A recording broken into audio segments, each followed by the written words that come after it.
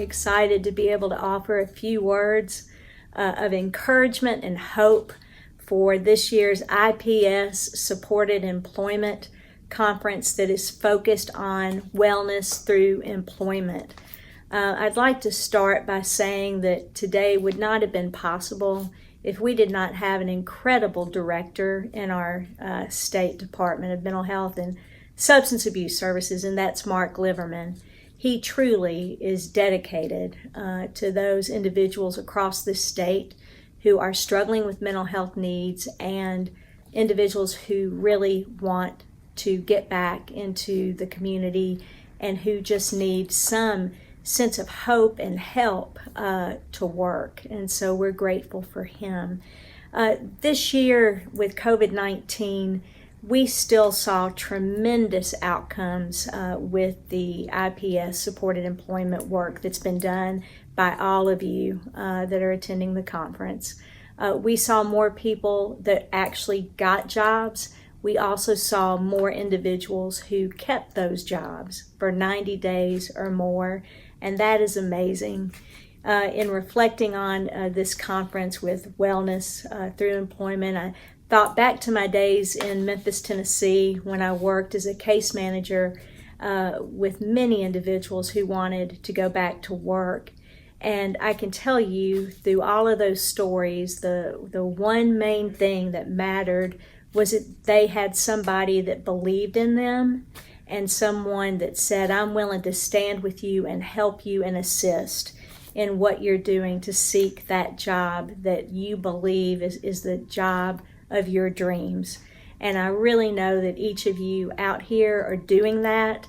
I so appreciate what you do. I appreciate your host agencies that host you, and I hope you will enjoy this year's conference that has been put together, especially with you and those we serve in mind. Many blessings. Greetings. I am Danielle Barnes, the Commissioner of the Tennessee Department of Human Services. I couldn't be happier to be with you today to talk about a program that's helping to make a difference in the lives of individuals with mental health and substance abuse challenges throughout Tennessee. Our department is committed to the idea that all Tennesseans deserve the opportunity for meaningful employment, and our vocational rehabilitation program is making this possible by guiding individuals with disabilities into meaningful employment opportunities at competitive wages. We know that when people are working regularly in a job of their choosing, they will be more successful. The IPS supported employment model and the partnerships we have are a big part of our success, and we are committed to ensuring IPS customers have a journey that's responsive, welcoming, informative, and encouraging. Most recently, our department has been piloting an IPS program with families receiving TANF, or Temporary Assistance to Needy Families. This partnership with the Tennessee Department of Mental Health and Substance Abuse Services and our community partners in the Jackson area has seen positive outcomes, and the time has come for us to expand these services to more Tennesseans. To that end, we are expanding this pilot to include families participating in SNAP, or Supplemental Nutrition Assistance Program. Now, more families than ever who are experiencing mental health or substance abuse challenges will have access to IPS services on their path to wellness and recovery through competitive integrated employment. Thank you for your service, and thank you for helping our citizens.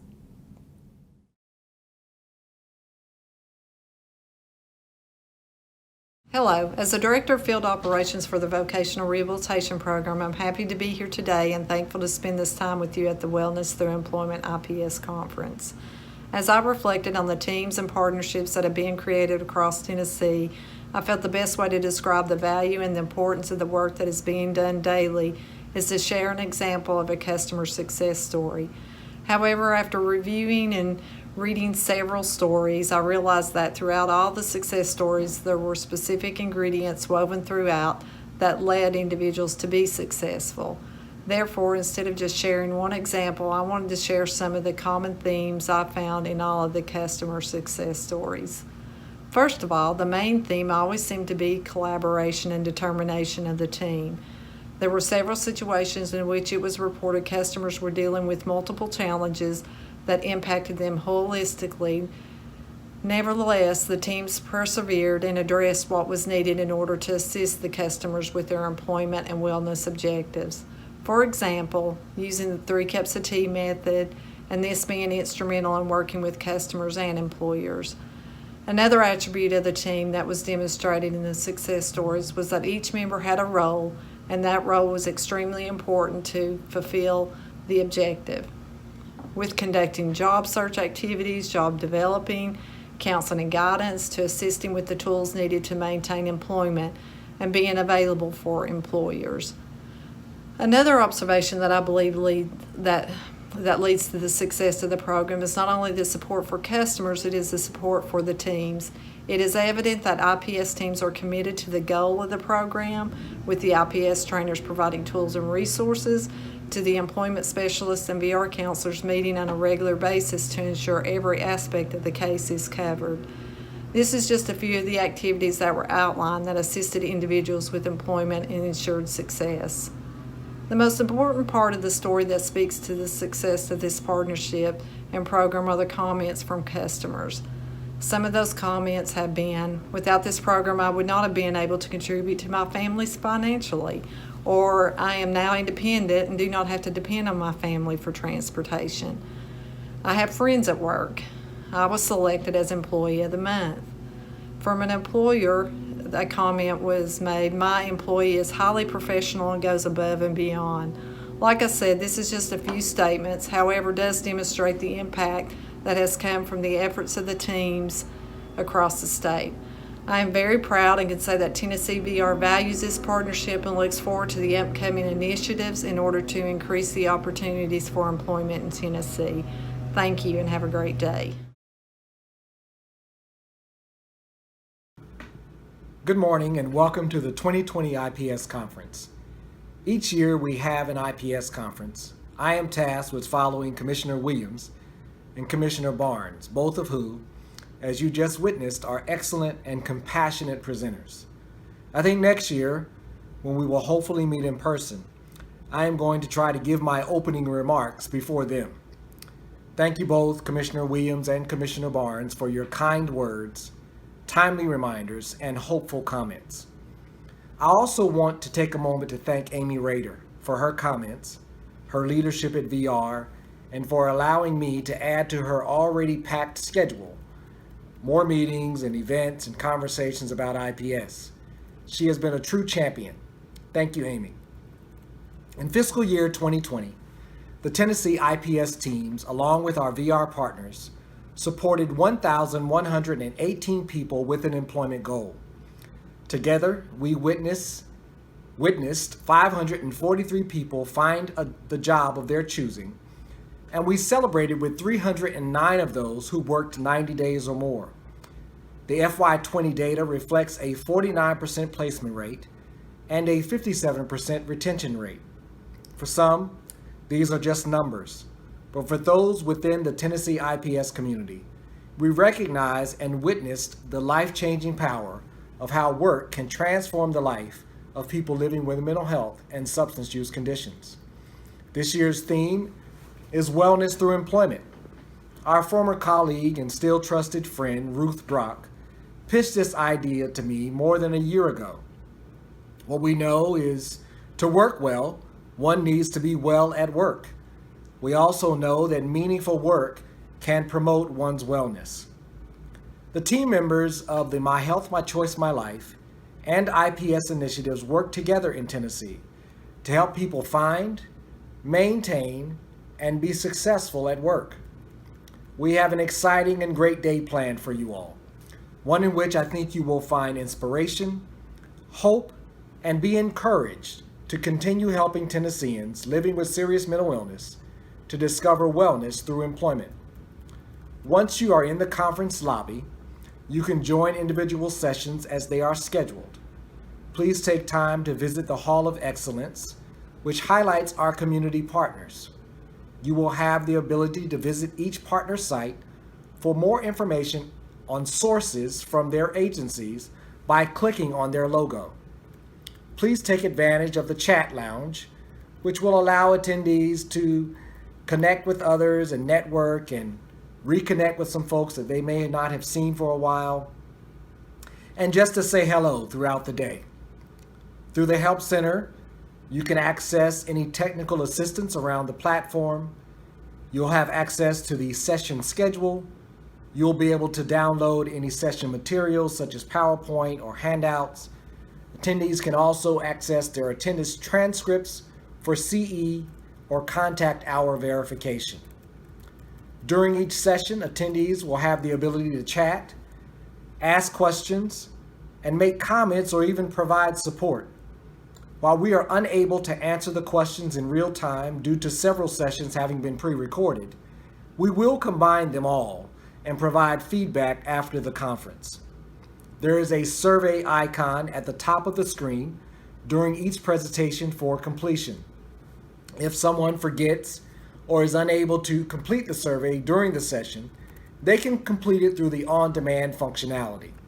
I will encourage everyone to provide some sort of feedback as we use the feedback in planning for next year's conference.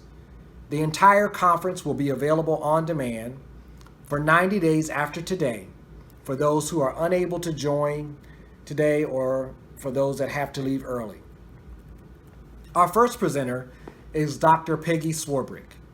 She is the Wellness Institute Director for the Collaborative Support Programs of New Jersey. She also serves as Associate Professor and Director of Practice Innovation and Wellness at Rutgers Health University Behavioral Health Care. Dr. Swarbrick has published and lectured around the country and internationally on wellness promotion models, employment, peer support, and recovery. Her work has focused on a strength-based, 8-dimensional wellness model to promote recovery from mental health and substance use conditions. She is well known for collaborating with the peer community and family groups to identify and address social determinants that present barriers to recovery, such as homelessness, poverty, and under or unemployment. Dr. Swarbrick has developed many peer support certification courses, a peer health navigator training, and peer wellness coaching practice model. She has created health promotion initiatives and has created wellness self-care programs for caregivers, families, and youth. She has made significant contributions to the body of literature in occupational therapy, nursing, and community health care practice. Please join me in welcoming Dr. Peggy Swarbrick. I'm pleased to be participating in this statewide IPS conference and so glad that we can be doing this despite the challenges we're facing having to be virtual. I think that by providing it in this way, hopefully what I'm going to share today will be useful, and it would be great hopefully eventually to be in person, but this virtual forum hopefully is just as good.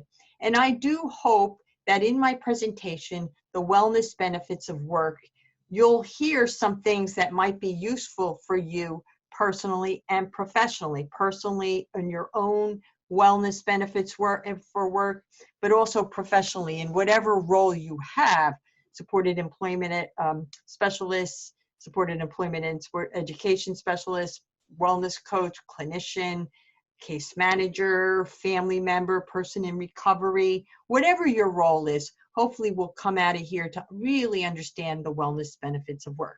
So just by introduction, my name is Peggy Swarbrick, and I come to you from the Collaborative Support Programs of New Jersey Wellness Institute, where I work part-time, and I also work part-time at Rutgers University. I'm the Director of Practice Innovation and Wellness as an Associate Director. Together, I work these two jobs, and I work a lot because I'm working each of them, you know, a little bit more. It's definitely part-time for each, but together I'm working almost every day. And that's good for me because, as you're going to see, work has become good medicine for me. I will share some of the things that have happened for me personally and professionally, and really be talking about my favorite two topics, wellness and work. I've been the director at Collaborative Support Programs in New Jersey, a peer-led organization, For over 20 years, I've been involved in the peer movement for close to 24, 25 years, and working there a little over 23 years at collaborative support programs. I'm also working at Rutgers, working there, teaching in the occupational therapy programming, doing a lot of work around wellness, innovation, and peer support, development of different peer support programs. And I think that many of you may know my work as the wellness model, the 8-dimensional wellness model that I developed many years ago, taking the idea of wellness for behavioral health practice and being able to introduce this as a way of helping people's recovery. And that's one of the biggest focus of my presentation today. A little bit about me. I like to work, as I've said. I like to write. I like to write a lot. I walk, I do yoga, and so I keep the balance. Today, what I really want to highlight in this session, and then we'll be able to have a little dialogue follow-up, I'm hoping, if you want to stay around and ask questions, is to highlight the employment benefits that employment has on wellness. I'm going to highlight the benefits for everyone, but particularly people with disabilities, mental health, substance use, trauma-related challenges. Wellness, there's many benefits of working or employment for everyone. I'm going to underscore how to reframe viewing disability as a barrier to employment and see how we can highlight how work can enhance our health and wellness. We know that far too many people are under and unemployed even though they want to work, and a lot of the IPS work is really doing that good work, but there's a lot more work to do because so many people are not working. We know that many times people are not supported to pursue paid employment, or not encouraged to stay on benefits. That often impacts their wellness and leads to poor health outcomes. So we want to take a look at this and see how the wellness framework can help us to reframe this focus. We're most important going to look at the role we all have to help people pursue work, whether we're a family member, a person in recovery, we're a peer support provider, peer wellness coach, supported employment specialist, whatever our role, even policymakers, administrators. We have to transform this notion that disability is a barrier, and let's try to think about using the wellness lens. Hopefully that's one of the things I'll convey, and you'll be able to understand that, and hopefully it's just strengthening the work that you do, or it can transform it. But what we want to think about is work is good medicine. We're helping people with their recovery, and the medicine that can happen is work. And for me, this has been a personally experience that I have seen and have done, the focus on working to be my medicine. And I really, again, you heard I work a lot. I need a high dose to keep me balanced and fulfilled. And why fulfilled? Because it's through doing that one becomes. A very famous occupational therapist who was an inspiration to me in my work in mental health occupational therapy practice was Gail Fidler. And she had a whole framework that really, in this quote, really embodies the whole notion of our work being good medicine, and how it helps us to be calm, helps us to activate us, realize our potential, and help us to evolve and be all we can be, and most important, have self-fulfillment. So think about that, and it's through doing that one becomes, and I'm going to highlight that in a little bit of a reflection of my own work and my own wellness.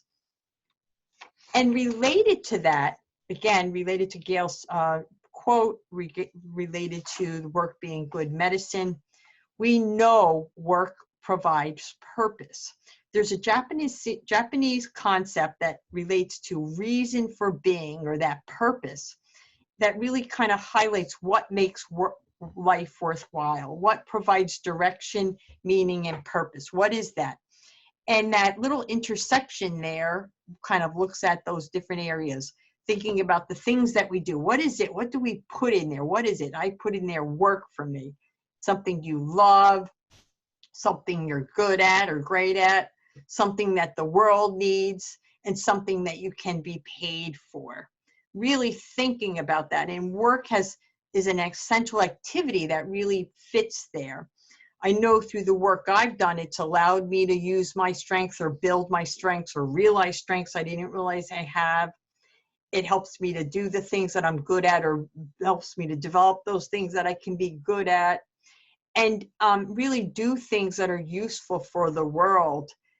It also helps to get you paid, which is important, to pay the bills and allow you to enjoy life comforts. So for me, work, and so many other people I know in recovery, it's provided that sense of purpose and meaning. And again, when I had experienced at a very young age some very significant life challenges and disruptions at a very, very, around the adolescent period, when I started to have my challenges and what you would call disability, work for me, and again, eventually, thankfully, going back to school, which was disrupted, was really, really important, that helped with long-term recovery. So taking a look at the dimensional model, which is what we will do, and we walk through the occupational wellness, the work zone, so to speak. Now, the way I've conceptualized the wellness model, for those of you do know or don't know, I've taken occupational wellness to mean a couple of things. Today, we're going to talk about the work zone or the paid employment component of it, but occupational wellness could also be volunteerism, being in your community, contributing into your community, doing volunteer work in your community, as well as our caregiver role. Today, again, focusing more, but they're all important. And I think for balance, many people do work, they do volunteer, and they are caregivers. Most people are doing all three in some way or another. But the work zone is the one we want to focus in on. Again, for IPS and peer wellness coaching can be an important piece. The others are important as well.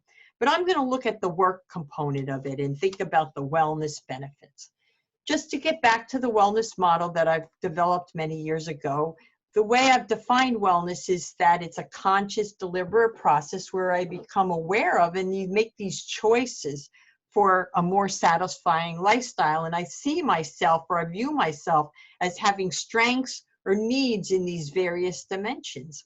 This model has really been well accepted by a lot of people to really be a lens. I talk about a lens to view our recovery and to frame our recovery and develop our recovery. And that's really a big piece of the wellness coaching, and a lot of other programs have developed or adapted the wellness model for their framework.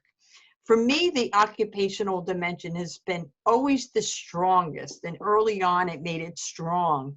And you can see that really helped me a lot with a lot of the disruptions I had, because as you see, the dimensions impact the others.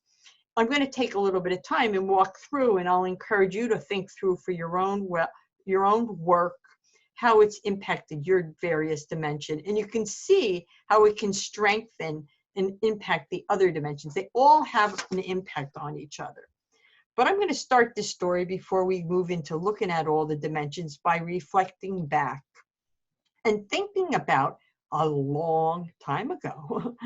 Looking back around 45 or so years ago, if I can't even imagine, but it was that long ago, I started to come to understand the wellness benefits of work and the healing benefits, and the how work was good medicine for me. And thinking about my first few jobs, which kind of corresponded to the period of time when things were disrupted and when I had experienced my own mental and emotional challenges and the challenges that I faced for many years, I look at the jobs that I had. The first job I had initially, which was quite young, was a paper route, pre-work age, you do paper routes. That was a job that I had.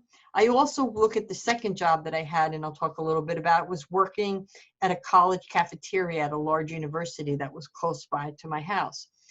I really came to understand wellness through these jobs. And these jobs became lifesavers for me at each time, at different periods through this rough patch and this rough number of years that I had. The paperwork I started pre where things were trouble, so I had a little bit of head start getting that job. But what I did learn about that paper route and what that paper route helped me in terms of work habits, you had to deliver the papers on time. So you learn that habit of work and doing the job and getting it done. I had to get over some shyness of, going on and knocking at people's door and trying to ask them for the payment of for the payment, or seeing if they were interested in getting the newspaper. I got out and about, exercise and fresh air on a regular basis, a real important wellness habit that we can all benefit from. So there was a lot, and there was many other benefits, but it also had a lot of stress, the job. And I kind of, for many years, was a stress magnet and took a lot of stress on, even though there was these beneficial effects of it. But I would always be stressing out about the Sunday newspaper, which usually was huge and made me had so many trips. So my stamina and energy was always zapped. But I would be overwhelmed a lot, and especially in bad weather when the bike would fall and the papers would fall out. And even in the bad weather, delivering the papers, there was so many stressors related to that. I would have to go to people's house to try to collect the money, and they wouldn't answer the door for long periods of time. That was kind of stressful, a lot of stress for that. Or when they didn't send me enough papers to deliver, they flew away, windy days, lots of angry customers. So there was a lot of things you learn on these early jobs. These challenges or the stress, they helped me learn a lot of things that really helped me in work. And they really helped me understand a lot of the wellness benefits of work, because I did really like that job. And I did have a disruption initially. Thankfully, my sister helped out to take it over, and I was able to go back to that. And then not too long after that, I was able to get a job at a college cafeteria. That was the second job.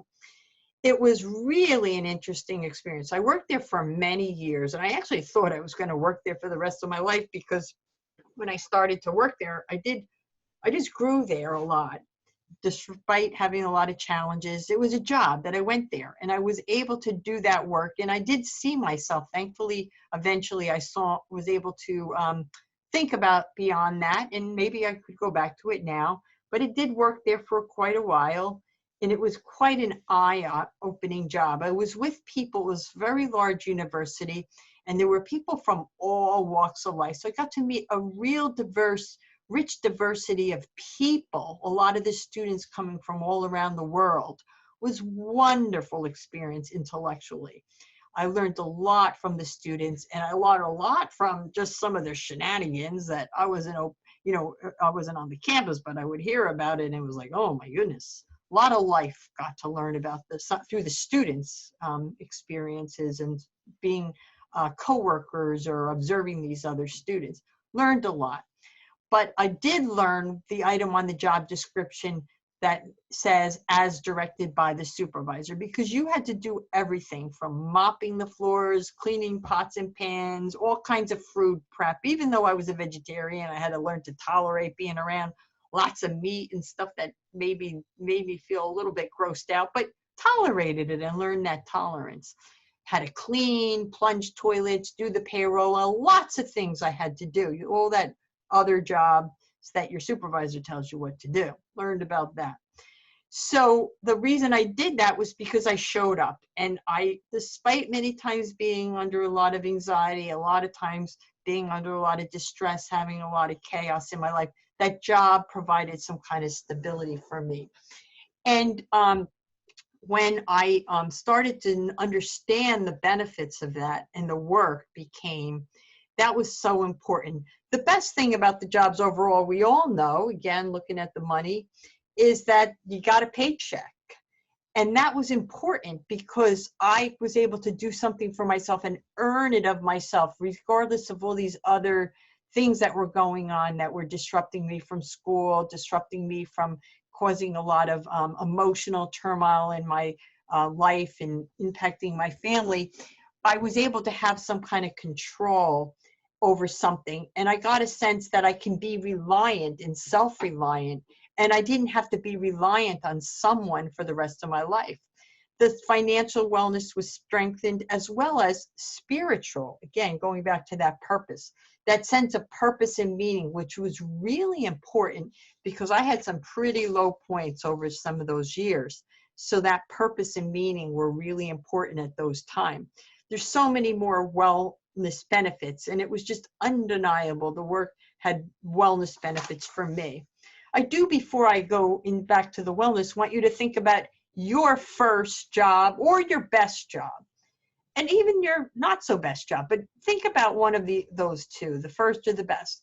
What were, and if you're currently in it, what are the wellness benefits of that job? And I really encourage you to take a look, just like I'm going to take a little walk down this road of wellness benefits of work.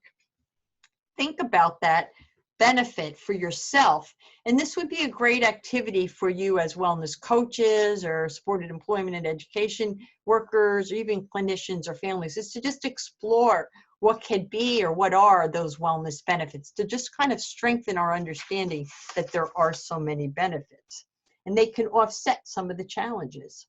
We know for sure that physical benefits under an unemployment can have negative effects on mental health as well as physical health. So there can be very positive effects of working. And there's some studies that I can share with you that definitely show significant improvements in people after reemployment.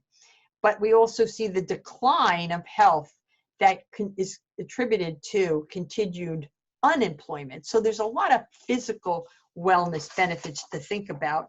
And I know for myself, just that getting up, getting that routine, like, keeps you active, keeps you moving, keeps your body going. Very, very important. For the intellectual dimension, you really can build your knowledge, build your skills, learn new things, contribute what you know, create things that contribute to the welfare of others. There's a lot of ways that your intellectual wellness dimension is activated by the type of work. Some people might think that they don't have work that's intellectually stimulating, but every job has some level of intellectual stimulation. And so just be thinking about, what is it? How do you build your creative abilities? How do you use your knowledge, build your knowledge? It can all be activated by getting a job and keeping a job.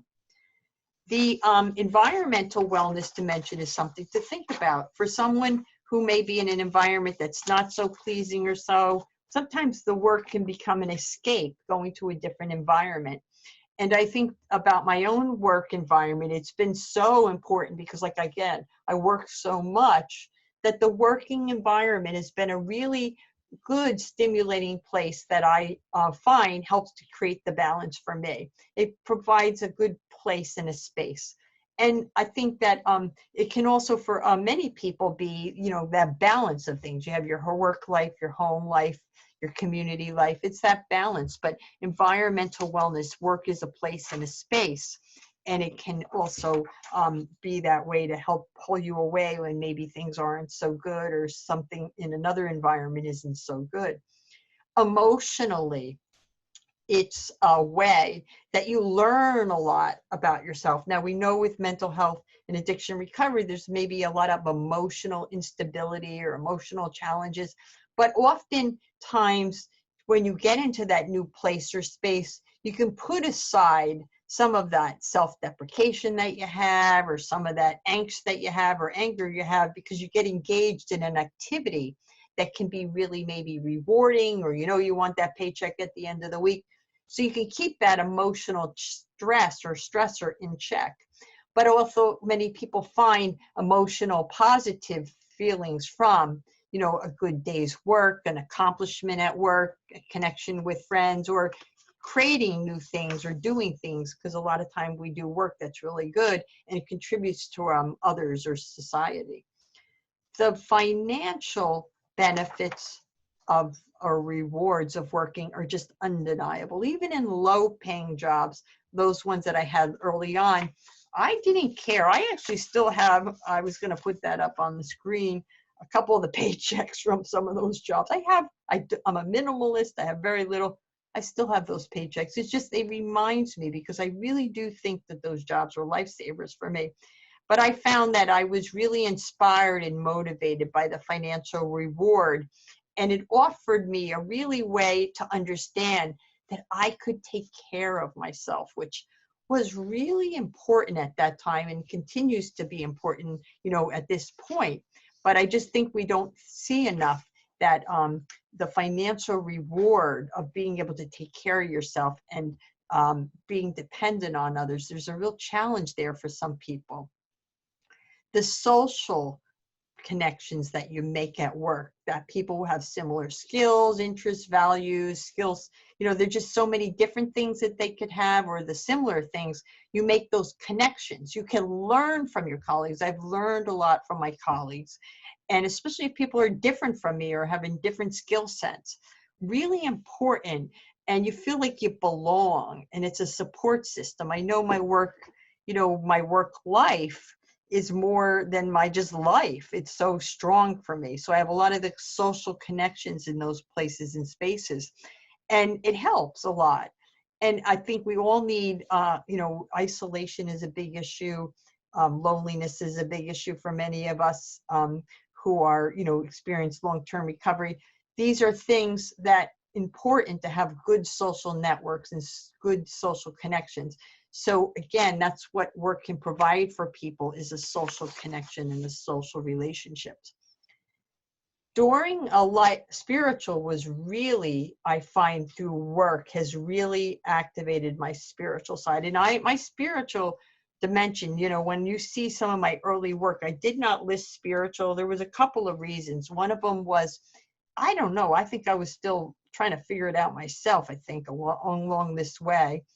But I also think that the system wasn't in a good enough place. And I didn't, especially when I was working and I was talking about the wellness dimension, sometimes people got nervous that we were feeding into people's religious, the religious preoccupations. But spirituality is that for people, could be your religious, but it's much more about that meaning and purpose. What are you doing? For many people, that's connection to community, that are faith communities.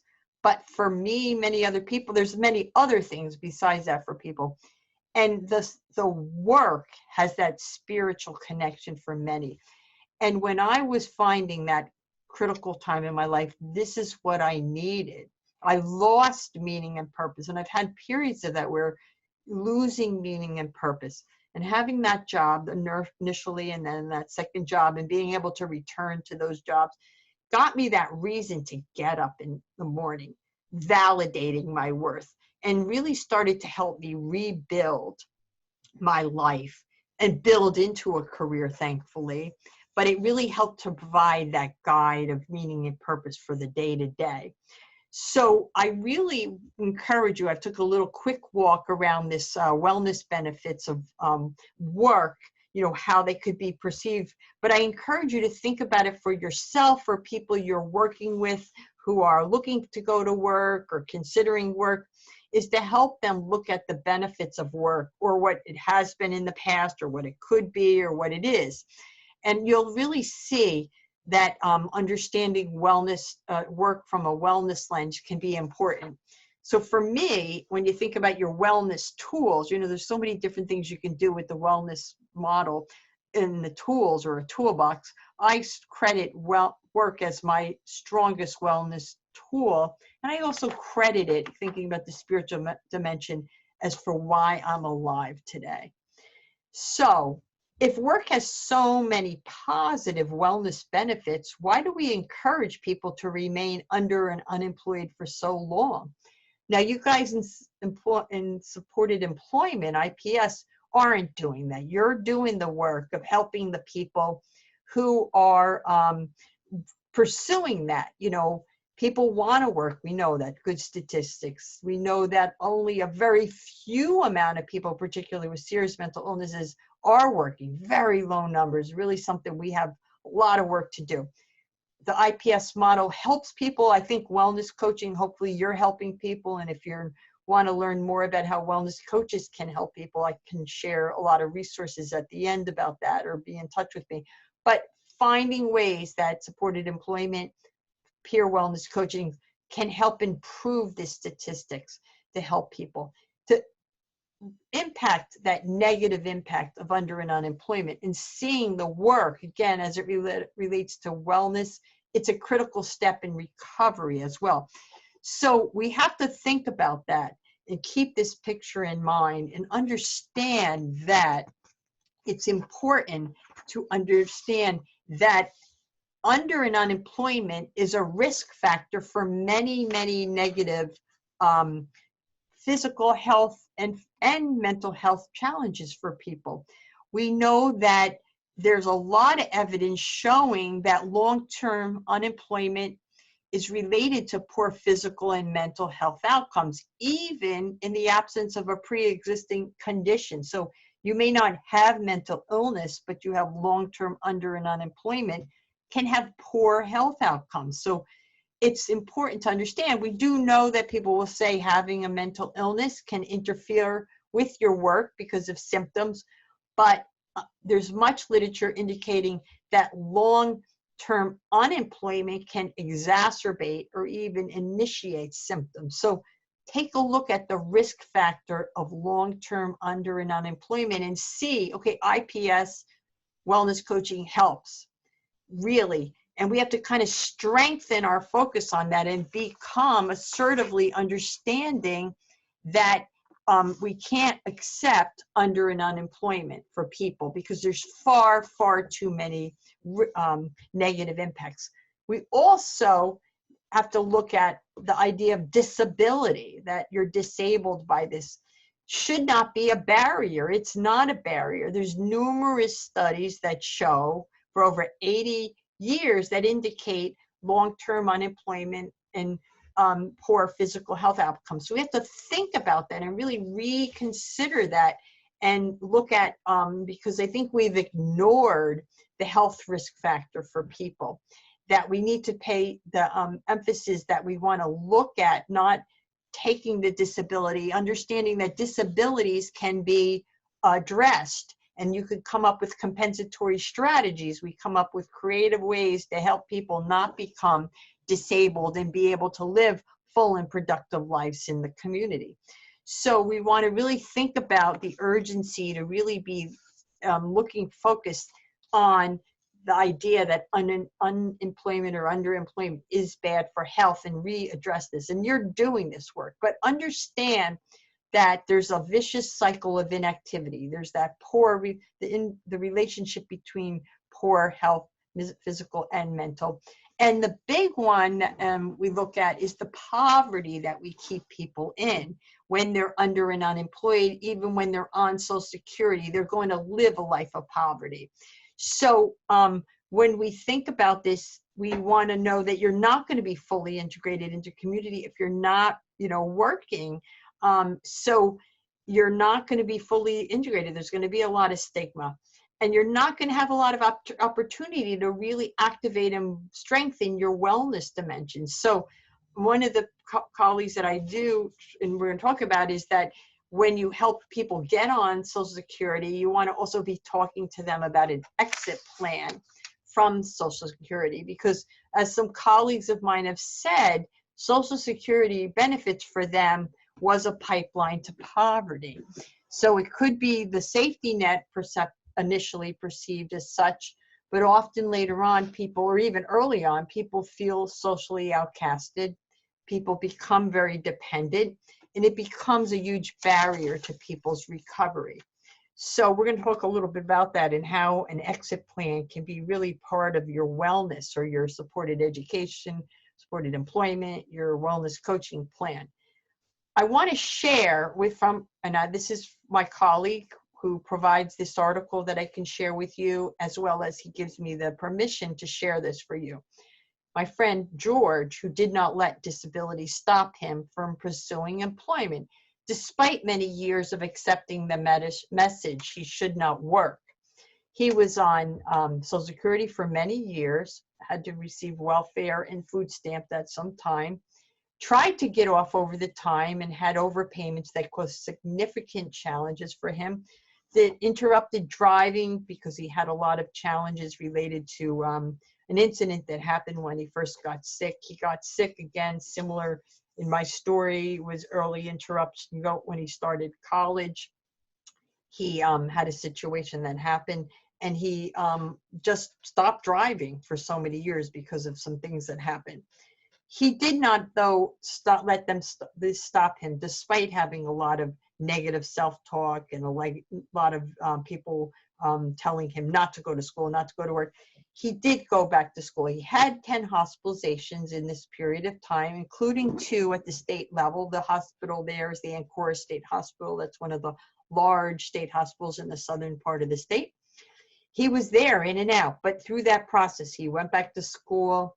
He did have some jobs, and then he did eventually earn over time 2 associates.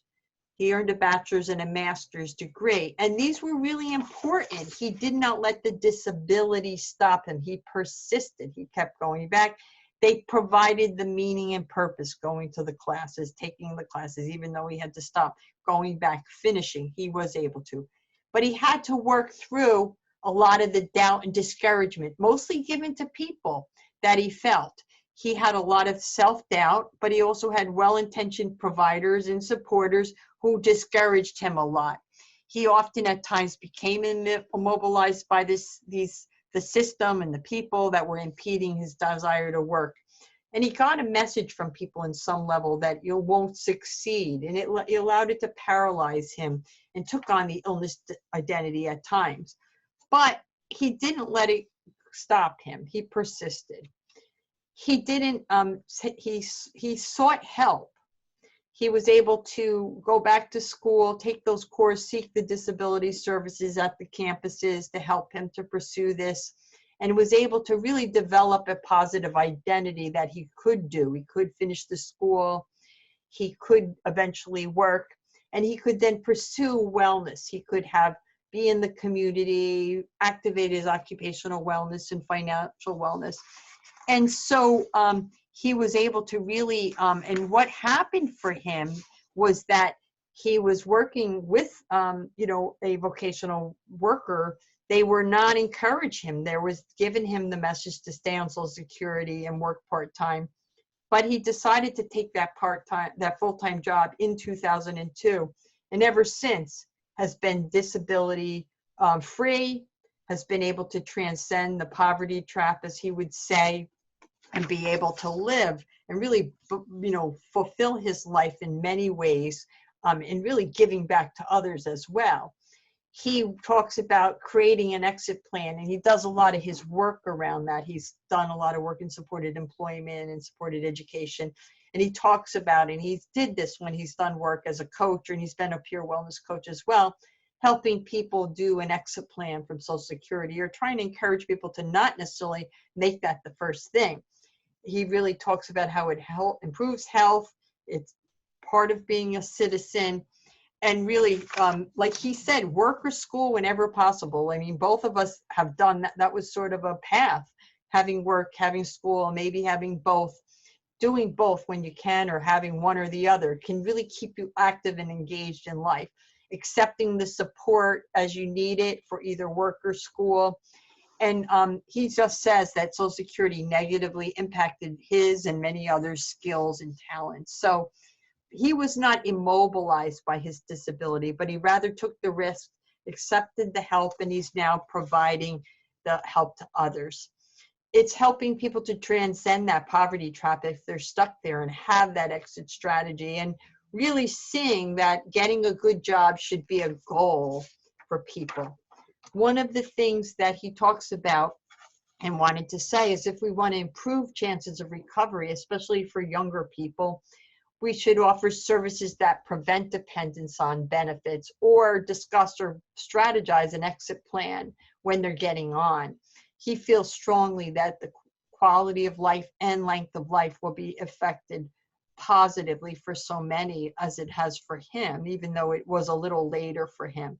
He also says that many, himself and others that he knows, and many other peers, have learned to become system dependent and accept this mediocrity, a pattern that he felt perpetuates the self-fulfilling prophecy of underachievement in a lot of different areas, in an employment arenas, education, and assuming personal responsibility for health and wellness. This picture is very different than the original picture I showed you. In that picture, remember, You saw George with his sister. They were very young.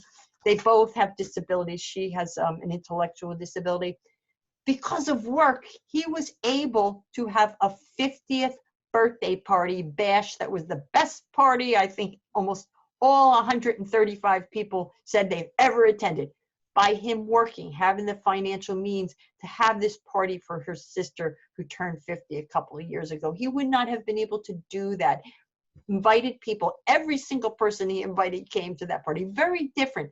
Again, the other picture of the state hospital, there he is down there in Washington doing some advocacy. He did a lot of along the way advocacy work too, and continues. But having the focus on not accepting the disability and focusing on the wellness was what worked for George. It works for so many others. And there is something that George says, and many others have said in their work, when we tell people you're better off just working part-time and staying Social Security or just staying on Social Security, we have to remember to be honest and say that though you want to do, if you do that, you will live in poverty more than likely for the rest of your life.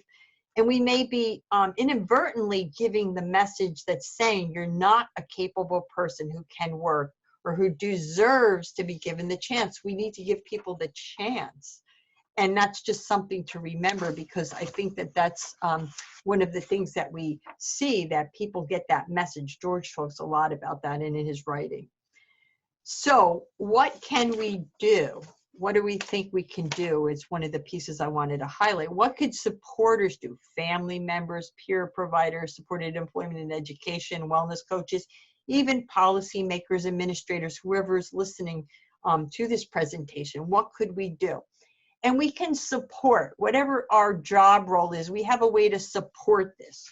And I'm going to just give an example of the support that a peer supporter or clinician or supported education or family member can do. It's the example of my family. And my brother there, Dan, he would joke when he eventually became working in the field. He worked as a mental health advocate, and then he also had a job as a recovery coach eventually. But long time, he was not in recovery. He had a lot of disrupted years and a lot of messiness in his life. But he joked with me once he got into the field and we were kidding. He said, Mom was my supported employment coach. I had a supported employment coach. She wasn't formally that, but as he reflected back, he had, when he would leave a rehab, he said, or he'd come out of a bad time or come out of a bad stint of situation. He had a lot of many years of ups and downs of situations. She would make sure he got up in the morning, they sat down with the classified ads and went into that career section and found a job and circled those jobs and planned to get that over there to go for those interviews or fill out those resumes. She'd be fill out those applications and bring a resume. She would help him. He had many jobs. Oh my God, the amount of jobs he had over the years. It's amazing. I have to sit down one day and count them. But he was always scraping by. He, never went on Social Security. He did not want to do that. And he was always scraping by, and eventually, thankfully, he got into some stability and eventually long-term recovery, and was then able to get through a lot of legal, emotional, and other obstacles. He had lots of obstacles, but when he got really serious about recovery, became very important. And part of that was becoming a recovery coach, becoming a mental health advocate. He moved his way through in that agency. And he was assisted with getting a job by my mother. It was expected, the support, that he was going to get a job. She would help arrange this. This is what we do as supporters. These were the things that helped him. For his work, in this work, it was just amazing. Now, unfortunately, in his illness pieces and his challenging parts of life, he was not getting health care regularly, even though I think he just started once he got the job. And once he became able to understand that he would go to the doctor and he found out he had a condition, it was a little too late for him. And he was what we would call the statistic, the 25-year life disparity. He was right there. He died in his late 50s, too early, from something that was related to not getting it found out early enough to be able to get help in the treatment that he needed. And he would have had the insurance by this time from this pretty good job. But he's a good story of the work really brought him to that point, because earlier, I think if he did not work, we would have perhaps even lost him much sooner. But he got that support, family support. It was expected. We want that to be an expectation of work. And we want to think about work as a wellness tool. It is a wellness tool. It's been my wellness tool. It's been became a good habit to help my wellness, provided me with structure and purpose, even when I was hopeless or wanted to give up. It was an expectation. And what I found, I've said over and over again, it was that showing up was half the battle. I could feel still not like, I feel like crap or feel like self-defeating thoughts or whatever. But once I got there, that was important. And it provided and still provides that security, that financial security that I know I can take care of myself. So those first two jobs were big motivators for me and helped me to realize I had this purpose in life and helped me to mobilize to keep myself well, regardless of the challenges, the emotional, physical pain I was experiencing all those years. And it's become that habit and expectation. I was encouraged to go on Social Security at one point, just not from everybody, but and I did go for a temporary, for one little blip of time. And it was very temporary because it was so much more stressful for me of filling out that paperwork and all the insecurities or lack of understanding that whole process or understanding what was going on. The stress was so much. I was so much riddled with self-doubt about that and said to myself, no, I'm just going to work. That's where I got into the habit of working more than one jobs. Thankfully, my mother expected, my family expected that I could and should work. Having her belief in my ability and support to work, despite sometimes my inability and my negative misperceptions, was key for me. So just understand our role as supporters. We all have a role. So when we think about it, we can think about the roles that we all have as case managers, supported employment and education specialists, wellness coaching, whatever, administrators, fund policymakers. We all have a role to help people to continually, to assertively think about work. There's a model in smoking cessation. I do a lot of work in health and wellness. It's called the 5 A's: ask, advise, assist, arrange, and ask again. We need to use this approach in our pursuit of work for helping people to pursue work. Asking about it, advising about what it can be, the wellness benefits, assisting people in certain steps, arranging and keeping on asking again. Not nudge people, but help support it in a real way and help people to arrange their steps that move them closer to employment. I think about that in my own life and in my own role, having that focus on, having those jobs, eventually thinking to myself, am I going to be in this cafeteria? When I thankfully started to realize going to community college, occupational therapy could be a role for me. One step at a time. I took that one step at a time. I had some ups and downs there, but I got that associate's degree. It took me quite a while to get that associate's degree. But once I got that associate's degree, it started to get better and better. And I was able to really build myself, getting the bachelor's degree in occupational therapy. Then wanting to go back and, expand myself. I just loved occupational therapy. Went back and got the master's degree, pursued it very, very slowly, one step at a time.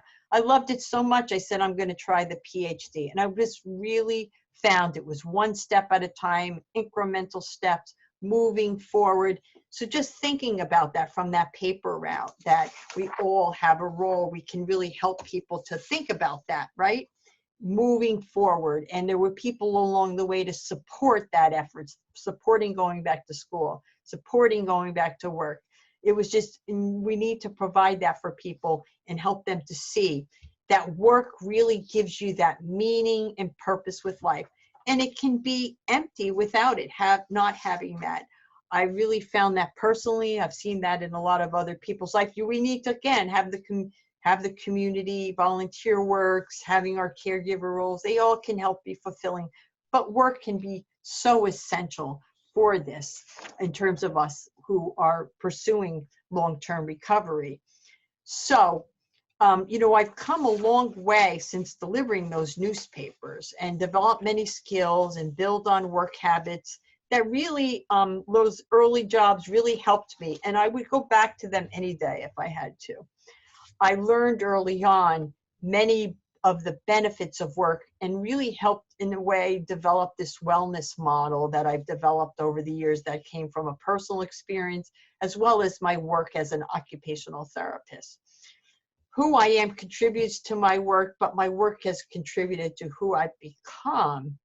And for me and so many other people in recovery, it really helps with that identity, purpose, and direction. So again, there's no doubt, as I said earlier on, that work can be good medicine for so many people, and no doubt that there's many benefits of work for people. So for those of us here listening, we want to just think for yourself, think about your own wellness benefits of work, think about how you can encourage others to view the personal wellness benefits of work.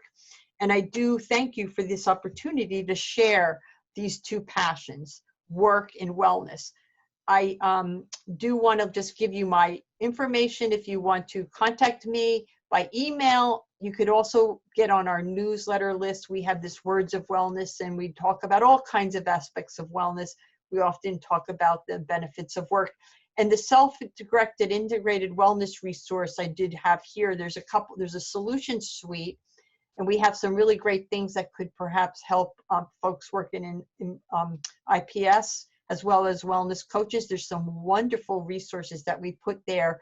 And part of this center with University of Illinois Chicago, they were just funded for another 5 years. We're going to be continuing to put resources up there that will probably help you in your IPS work and in your peer wellness coaching work. So I want to thank everybody for this opportunity, and I hope the rest of the conference is very beneficial for you. And please do contact me if there was any questions that you have or anything I can help, and I'd be looking forward to answer questions or respond to emails. Well, thank you, Dr. Swarbrick, for inspiring us today. The research you shared about the numerous health benefits of employment, how employment can address many social determinants of health, and how the wellness approach can enhance an individual's employment success is truthfully life-changing. Dr. Swarbrick will be back after a short break, but there are also other breakout sessions you can join if you like. Please remember to check the session schedule for a complete description of each breakout session.